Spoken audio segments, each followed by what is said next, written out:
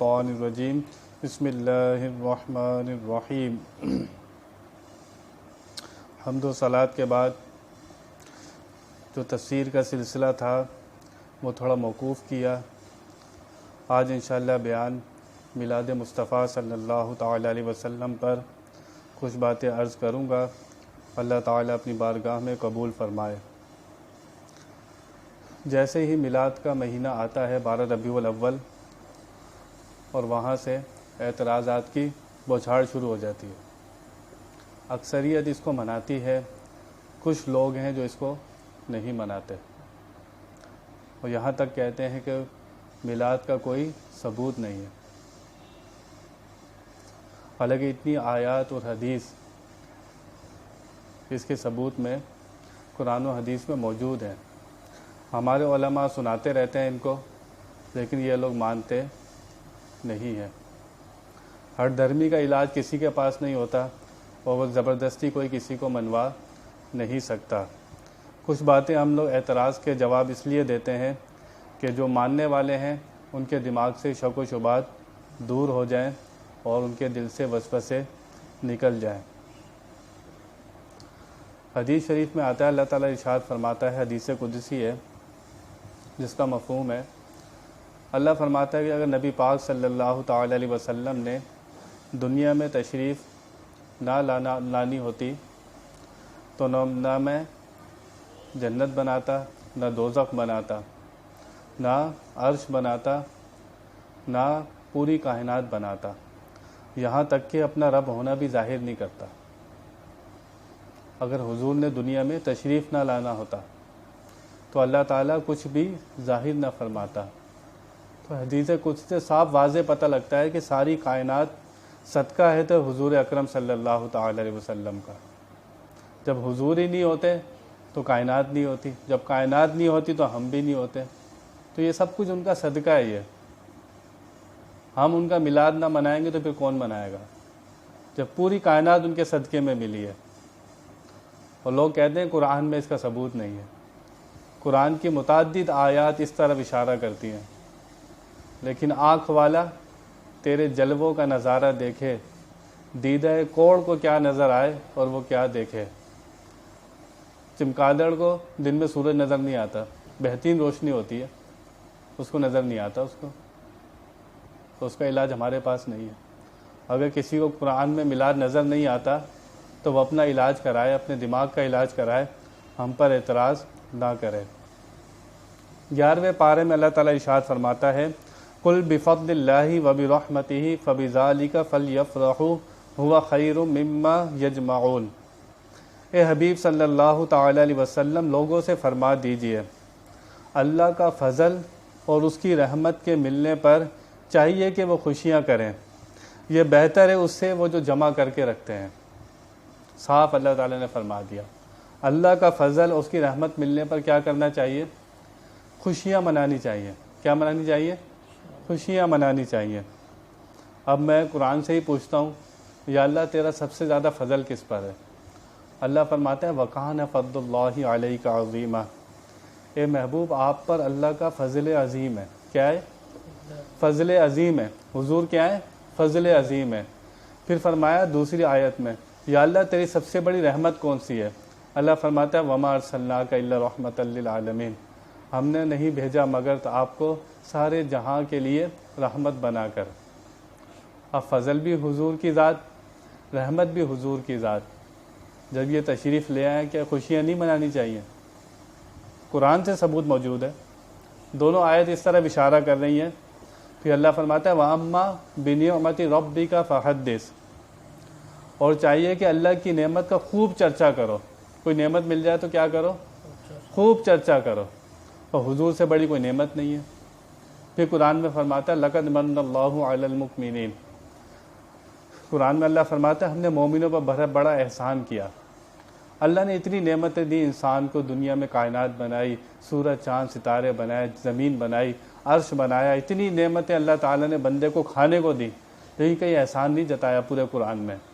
پورے قرآن میں کہیں احسان نہیں جتایا، لیکن اپنے محبوب کو جب دنیا میں بھیجا نا، اللہ فرما رہا ہے مومنوں پہ احسان کر دیا۔ کیا کر دیا؟ احسان جتا دیا۔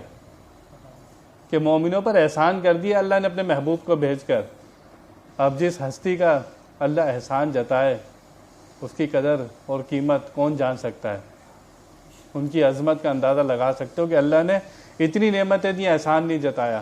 اور پھر قرآن میں فرماتا ہے اللہ کی اتنی نعمتیں اگر تم گننے بیٹھو نا تو شمار نہیں کر سکتے۔ اور پھر حضور کی ذات کو فرمایا کہ یہ سب سے بڑی نعمت ہے یہ، اور مومنوں پر احسان جتا دیا۔ پھر ایک اور آیت میں فرماتا ہے اللہ تعالیٰ وَلَوْلَا فَضْلُ اللَّهِ عَلَيْكُمْ وَرَحْمَتُهُ لَاتَّبَعْتُمُ الشَّيْطَانَ إِلَّا قَلِيلًا۔ اور اے مسلمانوں، اگر اللہ کا فضل اور اس کی رحمت تم پر نہ ہوتی تو تم میں سے سوائے چند کے سب شیطان کی پیروی کر لیتے۔ اس آیت کی تشریح میں اکثر ائمہ تفسیر نے فرمایا یہاں اللہ کے فضل اور رحمت سے مراد حقیقت میں فقط حضور نبی کریم صلی اللہ تعالیٰ علیہ وسلم کی ذات پاک ہے۔ اللہ تعالیٰ مسلمانوں سے مخاطب ہو کر ارشاد فرما رہا ہے اگر حضور کی ذات گرامی مبعوث نہ ہوتی تو تم میں سے اکثر گمراہ ہو جاتے اور شیطان کو پیروکار بن کر تباہ و برباد ہو جاتے۔ یہ محض اللہ کا فضل ہے کہ اس نے لوگوں کو شیطان کے ہتھ کنڈوں سے بچایا۔ حضور تشریف نہیں لائے تھے، عرب کا کیا حال تھا؟ چھوٹی چھوٹی بچیوں کو وہ زندہ زمین درگور کر دیتے تھے، زندہ بچیوں کو دبا دیتے تھے۔ فحاشی عریانیے کا کیا حال تھا وہاں پر، کیسی جہالت تھی وہاں پر۔ تو اللہ کے کیا فرما رہا ہے اگر آپ تشریف ان میں نہ لاتے تو یہ گمراہی میں برباد ہو جاتے یہ۔ پھر اللہ نے دوسری آیت میں اس کا ذکر فرمایا، اور پھر فرمایا دوسری آیت میں هُوَ الَّذِي بَعَثَ فِي الْأُمِّيِّينَ رَسُولًا مِّنْهُمْ يَتْلُو عَلَيْهِمْ آيَاتِهِ وَيُزَكِّيهِمْ وَيُعَلِّمُهُمُ الْكِتَابَ وَالْحِكْمَةَ وَإِنْ كَانُوا مِن قَبْلُ لَفِي ضَلَالٍ مُّبِينٍ۔ وہی اللہ ہے جس نے ان پڑھ لوگوں میں ان میں سے ایک رسول بھیجا جو ان کو اللہ کی آیتیں پڑھ کر سناتا ہے، ان کو پاک کرتا ہے، کتاب و حکمت کی تعلیم دیتا ہے، اگرچہ یہ لوگ اس سے قبل سری گمراہی میں تھے۔ نبی کیا کرتا ہے؟ تشریف لا کر ان کو پاک کرتا ہے، قرآن و حکمت کی تعلیم دیتا ہے۔ اور اس سے پہلے یہ لوگ کیا تھے؟ وَإِنْ كَانُوا مِن قَبْلُ لَفِي ضَلَالٍ مُّبِينٍ، کھلی گمراہی میں تھے یہ۔ کم سے کم حضور کے صدقے سے قرآن ملا۔ قرآن ڈائریکٹ تو نہیں ملا نا کسی کو، حدیث کہاں سے ملی؟ حضور کے صدقے سے ملی ہے۔ رب کا پتہ کس نے بتایا؟ حضور نے بتایا نا۔ اللہ چاہتا تو سب کچھ ڈائریکٹ ہو سکتا تھا، ڈائریکٹ سب کچھ ہو سکتا تھا، سب ہدایت پر پیدا ہوتے، کوئی گمراہی پر پیدا نہیں ہوتا۔ کیوں؟ اللہ یہی چاہتا ہے جو مجھے مانے تو میرے نبی کو بھی مانے۔ اللہ چاہتا تھا قرآن میں ایک ایک چیز کھول کے بیان کر سکتا تھا۔ آپ فجر کی 2 رکعتیں پڑھتے ہیں، قرآن سے ثابت نہیں کر سکتے۔ حضور نے پڑھ کے دکھائی کہ اس طرح جو ہے نا پڑھنی ہے 2 رکعتیں، قرآن میں ذکر ہی نہیں ہے کس طرح پڑھنی ہے، اتحیات کب پڑھنی ہے، سورہ فاتحہ کب پڑھنی ہے، پوری تفصیل ہے ہی نہیں قرآن میں۔ اللہ چاہتا تھا قرآن میں ایک ایک چیز بیان کرتا، کوئی حدیث کے محتاج نہ ہوتے، لیکن اللہ چاہتا تھا جب تک رب کے محتاج رہیں اس کے نبی کے بھی محتاج رہیں۔ کیوں؟ اللہ نے کلمے کے ساتھ بھی ذکر نام لگایا، اذان میں بھی نام لگایا، نماز میں بھی سلام بھجوایا۔ کیا ضرورت ہے السلام علیکم ایھا نبی کہنے کی؟ ڈائریکٹ اللہ کی عبادت کرتے رہتے۔ کیوں سلام بھیجا اللہ کے نبی پر؟ درود جا رہا ہے حضرت ابراہیم علیہ السلام پہ بھی جا رہا ہے، ان کی آل پہ بھی جا رہا ہے۔ کیوں جا رہا ہے ان کی آل پر؟ حضرت ابراہیم علیہ السلام نے دعا کر دی تھی یا اللہ میں نے کعبہ بنا دیا ہے، اب اس کو بسانے والا بھیج دے۔ وہ تو پھیلی ہو گئے تھے، انہوں نے دعا کر دی تھی۔ تو جو حضور کے لیے دعا کرے، حضور اس کو خالی تو نہیں چھوڑتے نا۔ ہر نماز میں حضور اس اپنے پر بھی درود جا رہا ہے، حضور پر بھی، حضرت ابراہیم علیہ السلام پر بھی جا رہا ہے، آل پر بھی جا رہا ہے۔ کیوں؟ دعا وہ کر کے تو پھیلی بن گئے تھے، حضور نے ان کو بھی خالی نہیں چھوڑا۔ تو اللہ چاہتا تو سب کچھ ڈائریکٹ ہو سکتا تھا، لیکن اللہ تعالیٰ نے کہ مجھے مانتے ہو تو میرے رسول کو بھی مانے، وَأَطِیعُوا اللَّهَ وَأَطِیعُوا الرَّسُولَ، میری فرما برداری کرو، میرے نبی کی فرما برداری کرو۔ وہ خدا نہیں، با خدا نہیں، مگر وہ خدا سے جدا نہیں، وہ ہے کیا مگر وہ ہے کیا نہیں، یہ محب اور حبیب کی بات ہے۔ ہم خدا نہیں مانتے لیکن خدا سے جدا بھی نہیں مانتے۔ ساری دنیا جو ہے وہ اللہ کو راضی کرنا چاہتی ہے، یا اللہ تو راضی ہو جا، یا اللہ تو راضی ہو جا۔ اور قرآن میں ایک آیت ہے ساری ہم اللہ فرماتا ہے کہ ہم آپ کی رضا چاہتے ہیں. ساری کائنات جو ہے اللہ کی رضا چاہتی ہے, اللہ اپنے محبوب کی رضا چاہتا ہے. اور کچھ لوگ اس پہ اعتراض کرتے ہیں. کچھ لوگ کہتے ہیں میلاد منانے کو شرک کہتے ہیں. کیا کہتے ہیں؟ شرک کہتے ہیں. کہتے ہیں میلاد منانا نا شرک ہے. یہ تو ایسے پاگل لوگ ہیں, ان کو پاگل خانے میں جمع کرا دو. جو میلاد منانے کو شرک کہتا ہے وہ, ان کو شرک کے معنی بھی نہیں پتہ. شرک کے معنی کیا ہوتے ہیں؟ برابری کے ہوتے ہیں. کیا معنی ہوتے ہیں؟ برابری کے ہوتے ہیں. جیسا آپ اللہ کو مانتے ہو ویسے ہی کسی اور کو مانو گے, بالکل ویسے ہی. اللہ کی ذات خود سے ہے نا, اللہ کو کسی نے پیدا نہیں کیا. ذات کیا ہے؟ خود سے ہے. اگر ایسا ہی کمال کسی اور میں مان لیا تم نے تو شرک ہو جائے گا. تو شرک کے معنی کیا ہوا؟ برابری کے, کہ جیسا کمال اللہ کا ماننا ویسے ہی کسی اور کا ماننا کیا ہوتا ہے؟ یہ شرک ہوتا ہے. ہم تو میلاد منا کے شرک کی جڑیں کاٹتے ہیں. میلاد مخلوق کا منایا جاتا ہے. کس کا منایا جاتا ہے؟ میلاد کے معنی پیدائش کے ہیں, برتھ ڈے کے ہیں. ہم تو میلاد منا کے شرک کی جڑیں کاٹتے ہیں. ہم تو ان کو بندہ ثابت کرتے ہیں. خالق کا میلاد منایا کسی نے؟ اللہ کا میلاد ہوتا ہے کبھی؟ تو جو شرک کہتا ہے اس کو تو پاگل خانے میں جمع کرا دو. شرک کی جڑیں کاٹتے, اس کو شرک کا معنی بھی نہیں پتا اس کو. ہم تو میلاد منا کے شرک کی جڑیں کاٹتے ہیں.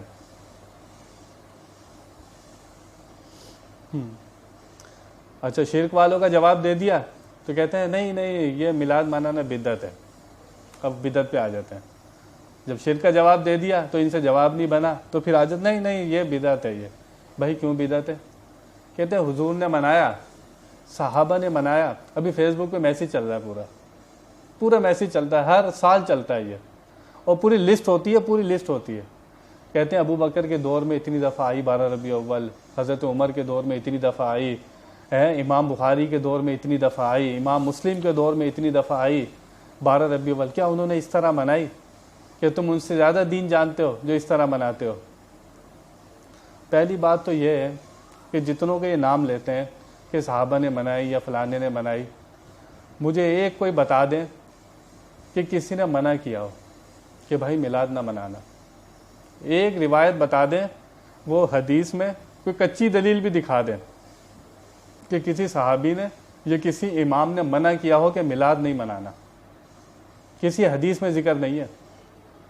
اور جس چیز کو, یہ قرآن کا یہ قانون ہے, شریعت کا کیا قانون ہے, جس چیز کو شریعت نے اور قرآن و حدیث نے منع نہیں کیا نا, اس کو کوئی منع نہیں کر سکتا. قرآن میں ذکر ہے کہ چوری نہیں کرنا. کیا ذکر ہے؟ چوری نہیں کرنا, شراب نہیں پینا. تو منع کے لیے دلیل چاہیے ہوتی ہے. کس کے لیے دلیل چاہیے ہوتی ہے؟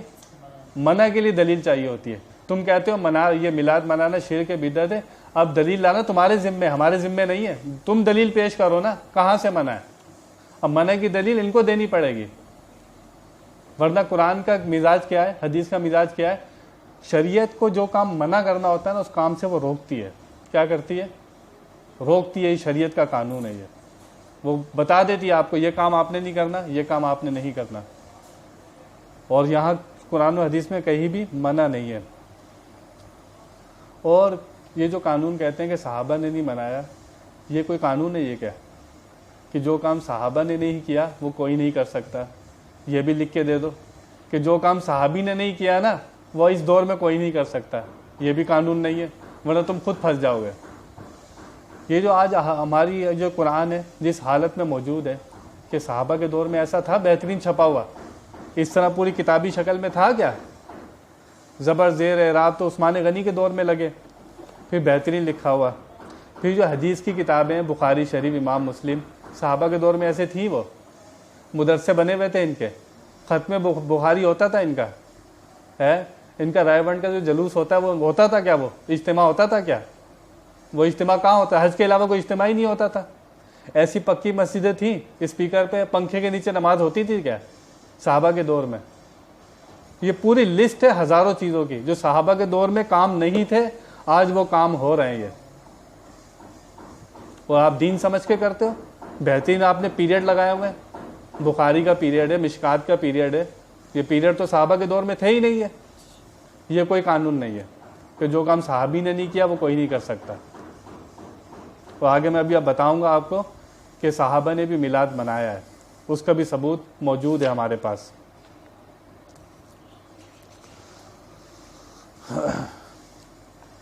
پھر ایک اعتراض کرتے ہیں، یہ عیدیں دو، یہ تیسری عید کہاں سے آ گئی؟ یہ بھی اعتراض ہوتا ہے ان کا۔ کہتا ہے دو عیدیں، عید الفطر ہے، عید الاضحیٰ ہے، یہ تم نے تیسری عید کہاں سے نکال لی؟ عید کا لفظ کہاں سے نکال لیا تم نے؟ یہ بھی بدعت ہے۔ ہم نے کہا ہم نے یہ بھی قرآن سے نکالا ہے۔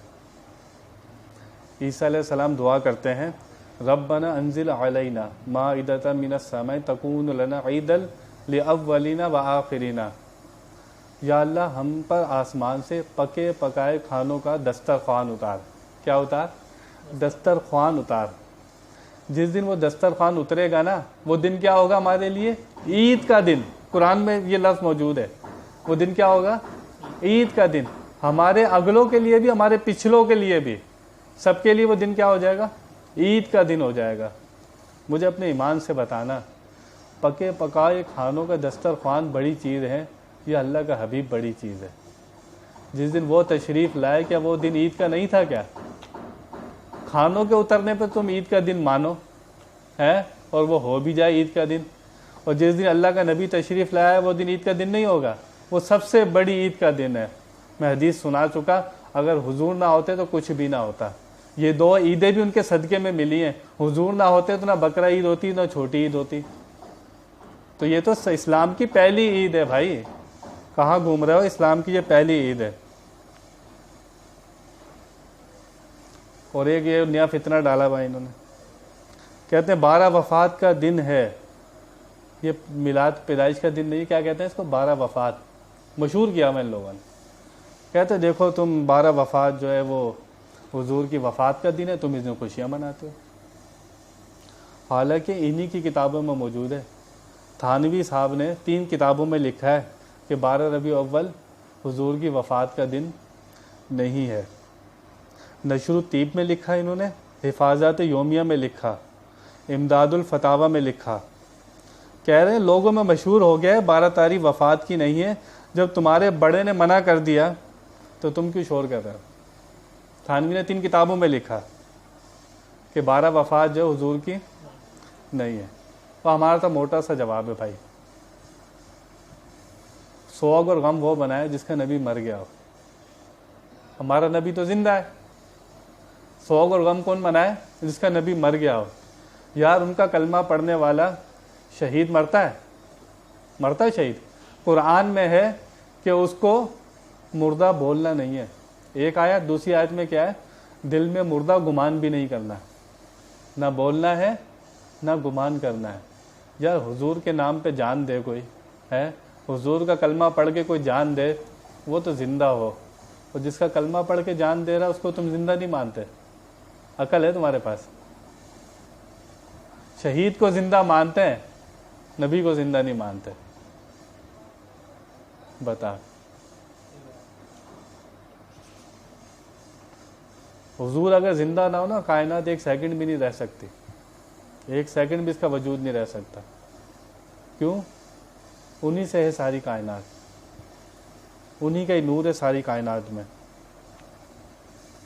آپ کائنات کی اصل ہے، میں بتا چکا، حدیث میں آیا کہ حضور نہ ہوتے تو کچھ بھی نہیں ہوتا۔ اعلیٰ حضرت فرماتے ہیں تو زندہ ہے واللہ، تو زندہ ہے واللہ، میری چشم عالم سے چھپ جانے والے۔ اب جمعہ جو ہے وہ مومنوں کے لیے عید کا دن ہے۔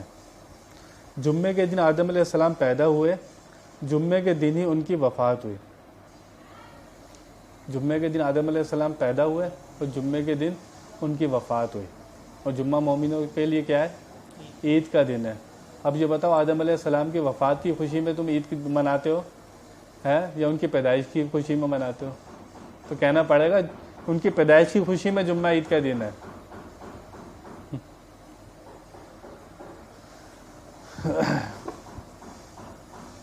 ایک اعتراض یہ لوگ کرتے ہیں کہ اتنی لائٹیں لگاتے ہو، اتنے جھنڈے لگاتے ہو، اتنا پیسہ خرچ ہوتا ہے، اس سے کسی غریب کی شادی کرا دو، کسی غریب کی مدد کر دو۔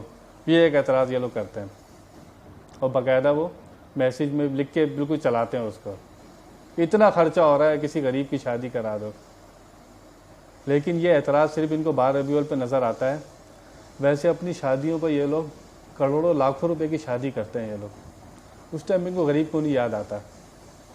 اتنے مہنگے فیسٹیول کرتے ہیں یہ لوگ, جشن مناتے ہیں. 14 اگست پہ حکومت اعلان کرتی ہے بڑے زور و شور سے مناؤ, اس پر بھی تو جھنڈے لگتے ہیں, اس پر بھی تو پیسہ خرچ ہوتا ہے.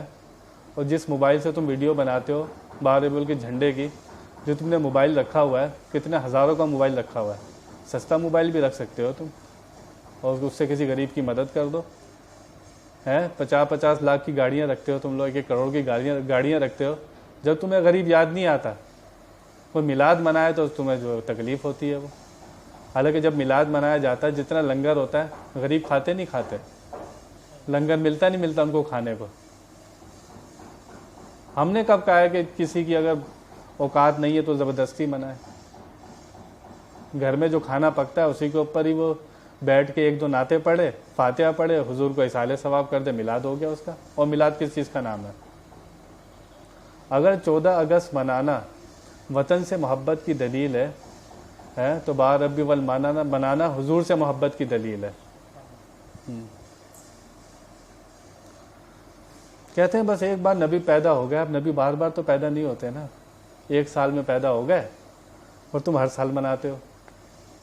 ایک دفعہ بس وہ پیدا ہو گئے تو خوشی منا لی, اب بار بار خوشی منانے کی کیا ضرورت ہے؟ قرآن شب قدر میں اترا, ایک بار اترا تھا نا, ہر سال شب قدر کیوں مناتے ہو؟ ہر سال قرآن اترتا ہے کیا؟ ہر سال اترتا ہے؟ قرآن ایک رات میں اترا, شب قدر میں اترا. قیامت تک جتنی شب قدر آئیں گی رمضان شریف میں, سب کو برکت والا بنا گیا وہ. حضور بھی جس ساعت میں, جس لمحے میں تشریف لائے, جس دن تشریف لائے, قیامت تک کے لیے وہ دن بھی, وہ ساعتیں بھی برکت والی ہو گئے.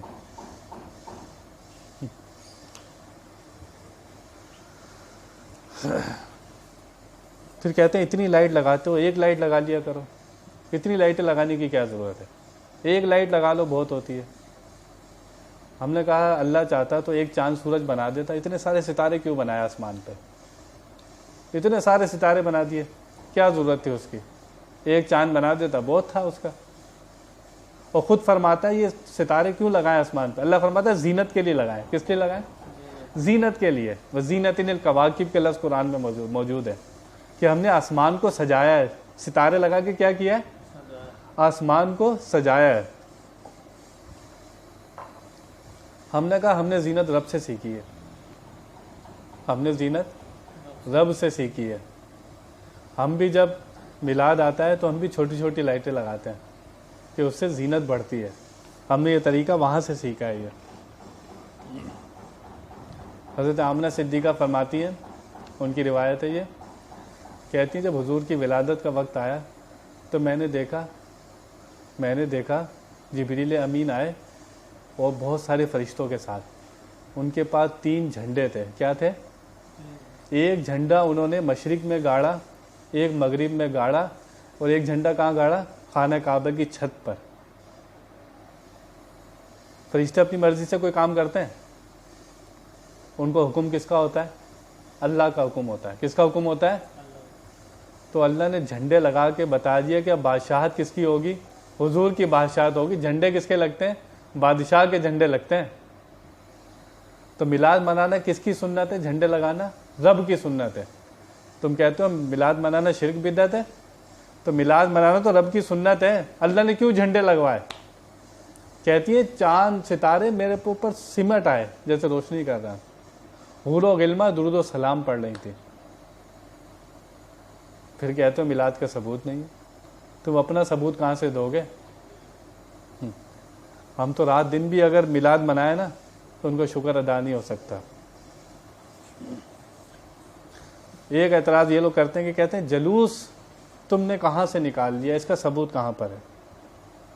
کہتے ہیں مسلم شریف میں حدیث پاک موجود ہے. حضور مکہ مکرمہ سے ہجرت کر کے جب مدینہ تشریف لائے, دن کون سا تھا؟ پیر کا دن تھا وہ, اور 12 ربیع الاول کی 12 تاریخ تھی وہ. حضرت ابو بردہ اسلمی صحابی نے اپنی پگڑی کھولی, نیزے پہ باندھی, اس کا جھنڈا بنا لیا. کیا بنا لیا؟ حضور کی خوشی میں، اور جھنڈا نیزے پہ جھنڈا لگا کے اس کو خوب اونچا کیا. حضور اونٹنی پر سوار تھے، صحابہ کرام آگے پیچھے، عورتیں چھتوں پہ چڑھ گئیں، سب رش لگ گیا. حضور منع نہیں فرما رہے، اور جس چیز کو حضور منع نہ فرمائے وہ چیز کیا ہو جاتی ہے؟ جائز ہو جاتی ہے. یہ قانون ہے. نبی کے سامنے کوئی کام ہو اور نبی اس پہ خاموش رہیں، وہ قانون بن جاتا ہے، وہ چیز جائز ہو جاتی ہے. اور بچیاں کیا گا رہی تھی، مشہور بات ہے نا، یہ تو مسلم شریف میں موجود. طلع البدر علینا من ثنیۃ الوداع وجب الشکر علینا ما دعا للہ داعی. بچیاں کہہ رہی ہیں ہم پر 14ویں کا چاند چڑھا ہے.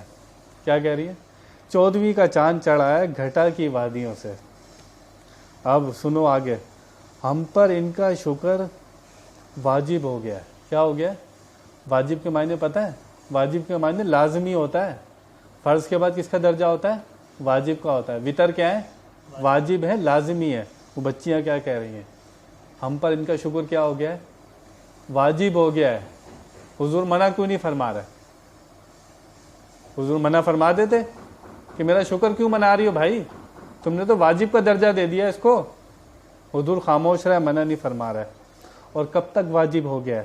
جب تک کوئی دعا کرنے والا دعا کرتا رہے، یعنی قیامت تک حضور کا شکر کرنا ہم پر واجب ہو گیا ہے.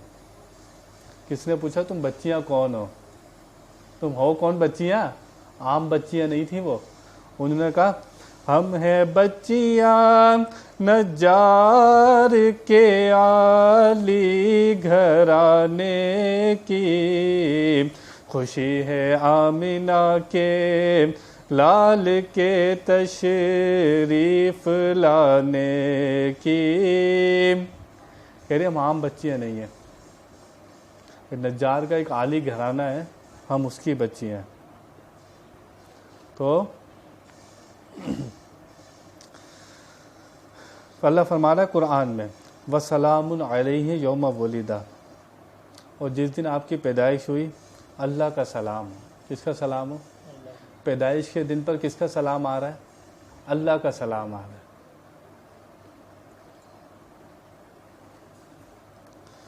علامہ ابن کثیر، یہ لوگ دوسرے بھی بہت مانتے ہیں ان کو، انہوں نے اپنی کتاب میں لکھا جب حضور پیدا ہوئے تو سب ایک دوسرے کو مبارکباد دے رہے تھے. کیا دے رہے تھے؟ حور و غلمہ، فرشتے اور سارے جانور ایک دوسرے کو مبارکباد دے رہے تھے.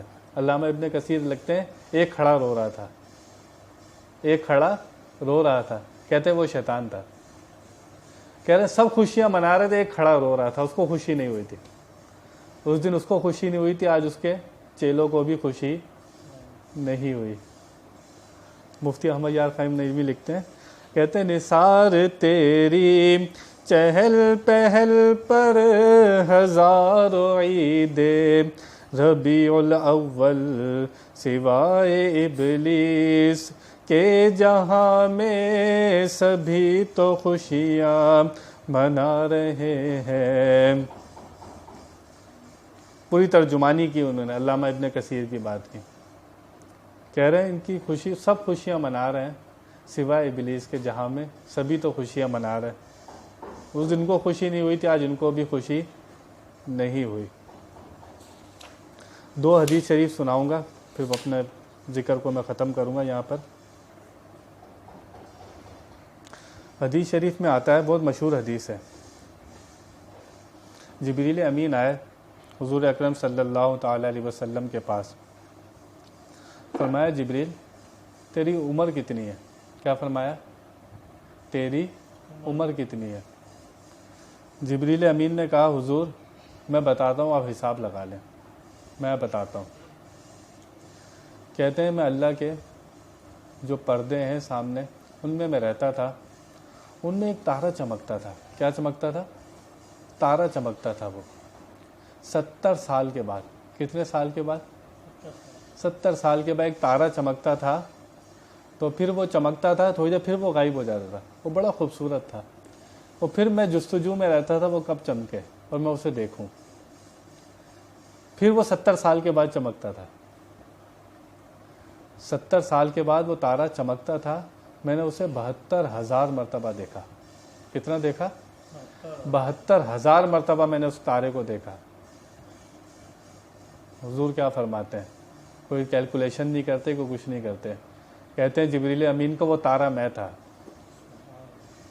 وہ تارا میں تھا. جبریل امین تو اعتراض نہیں کرتے آگے سے کہ آپ کی تو پیدائش ہوئی مکہ میں، آپ تو ابھی تشریف لائے. وہ تارا، وہ تو اتنی پرانی بات.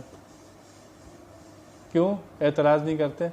ان کو پتہ تھا کہ ہم بھی انہی کے نور سے بنے ہیں، اس لیے وہ اعتراض نہیں کیا جبریل امین نے. حضور نے کیا فرمایا؟ وہ تارا میں تھا. 70,000 سال کے بعد چمکتا تھا وہ. جبریل امین نے 72,000 مرتبہ دیکھا. حضور جب تھے جب یہ الفاظ بھی نہیں تھے، جب تب کب کے الفاظ بھی نہیں تھے. حضور جب بھی نبی تھے. حضور جب بھی نبی تھے. لباس بشری میں تو تشریف لے کر آئے آپ سب انبیاء کے بعد. اور آپ سنتے رہتے ہیں کہ لباس بشری میں تشریف نہ لاتے تو ہم تک دین کیسے پہنچتا. جس جنس کی طرف بھیجا جاتا ہے اسی جنس کا لباس پہنا کر بھیجا جاتا ہے نا.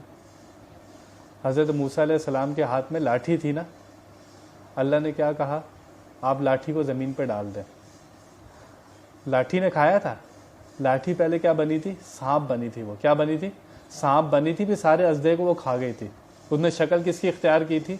سانپ کی شکل اختیار کی تھی. سارے اژدھا کو کھا گئی تھی وہ.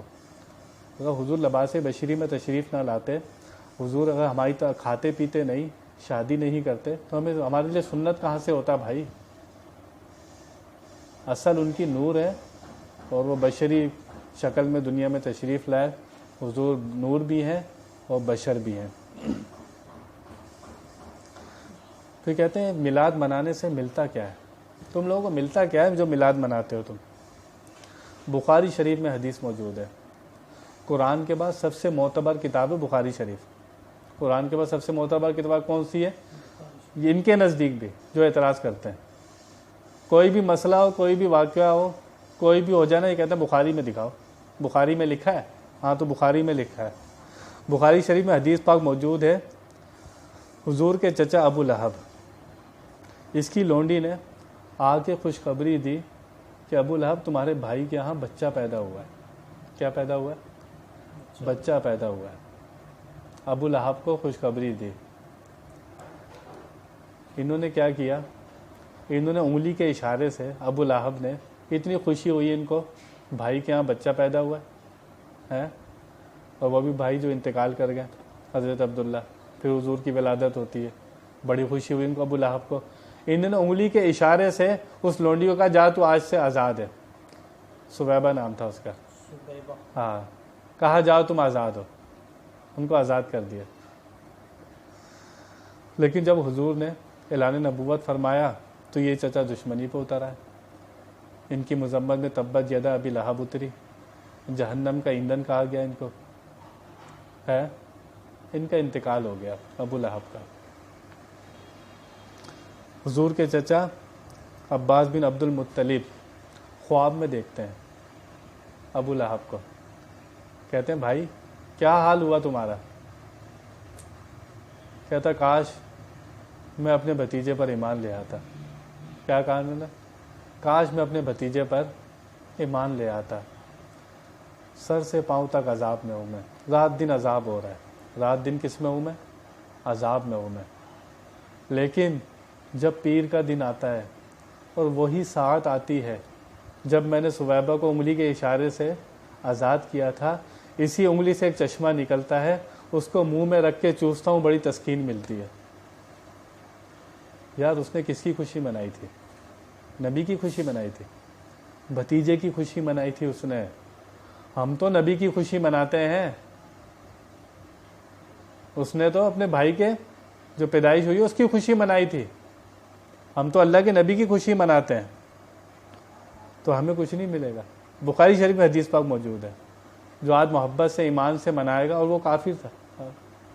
انتقال کفر پہ انتقال ہوا ہے. ہم تو الحمدللہ مومن اور مسلمان ہیں. ہم جب خوشی منائیں گے تو کیا ہمیں کچھ نہیں ملے گا؟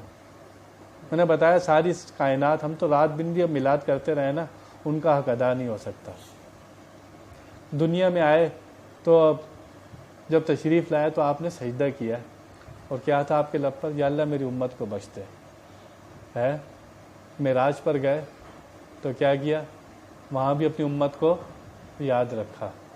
قبر میں جب آپ تشریف لے گئے تو غالباً حضرت علی نے کان لگا کے سنا تو آواز آ رہی تھی یا اللہ میری امت کو بخش دے. وہ تو اپنی امت کے لیے اتنی خیر خواہی کریں اور تم آج ان کی یار میلاد منانے پہ فتویٰ لگاؤ.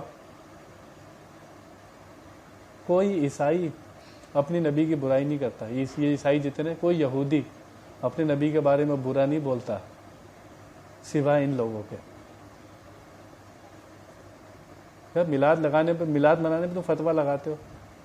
پوری کائنات ان کے صدقے میں ملی ہوئی ہے. حضور نہ ہوتا تو کچھ بھی نہ ہوتا. ہمیں ایمان بھی ان کے صدقے سے ملا ہے. حضور نہ ہوتا تو ہم گمراہی میں رہتے. اللہ چاہتا سب کچھ ڈائریکٹ کر سکتا تھا، میں نے کہا، لیکن اللہ نے ایک سسٹم بنایا ہوا ہے. اللہ اپنے سسٹم سے نہیں ہٹتا، اس کا ایک سسٹم بنا ہوا ہے. اللہ نے جس کو عزت دلوانی ہے اللہ اس کو عزت دلواتا ہے. اللہ چاہے تو سب کو ڈائریکٹ روزی ملے، ڈائریکٹ گھر پہ چیک اتر آئے، کسی کو مزدوری کرنے کی ضرورت نہیں ہے. لیکن کیا ہے؟ سسٹم بنا ہوا ہے. پورا ایک سسٹم بنا ہوا ہے نا. تو پھر جب اللہ نے سسٹم بنایا ہے تو اس کو پھر جب اللہ منواتا ہے تو تم کیوں نہیں مانتے؟ جب اللہ کہتا ہے کہ ہم نے ان کو عزت والا بنایا، جب ان کی اتنی شان ہے تو تم مانو نا یار. میں نے بتا دیا کہ میلاد منانا شرک بھی نہیں ہے، بدعت بھی نہیں ہے، اور قرآن و حدیث میں اس کا منع کا کوئی ثبوت بھی نہیں ہے. خلاصہ کلام یہ ہے کہ کسی کے پاس منع کی دلیل ہے تو وہ لے کر آئے، ورنہ تم اس سے میلاد سے روک سکتے نہیں.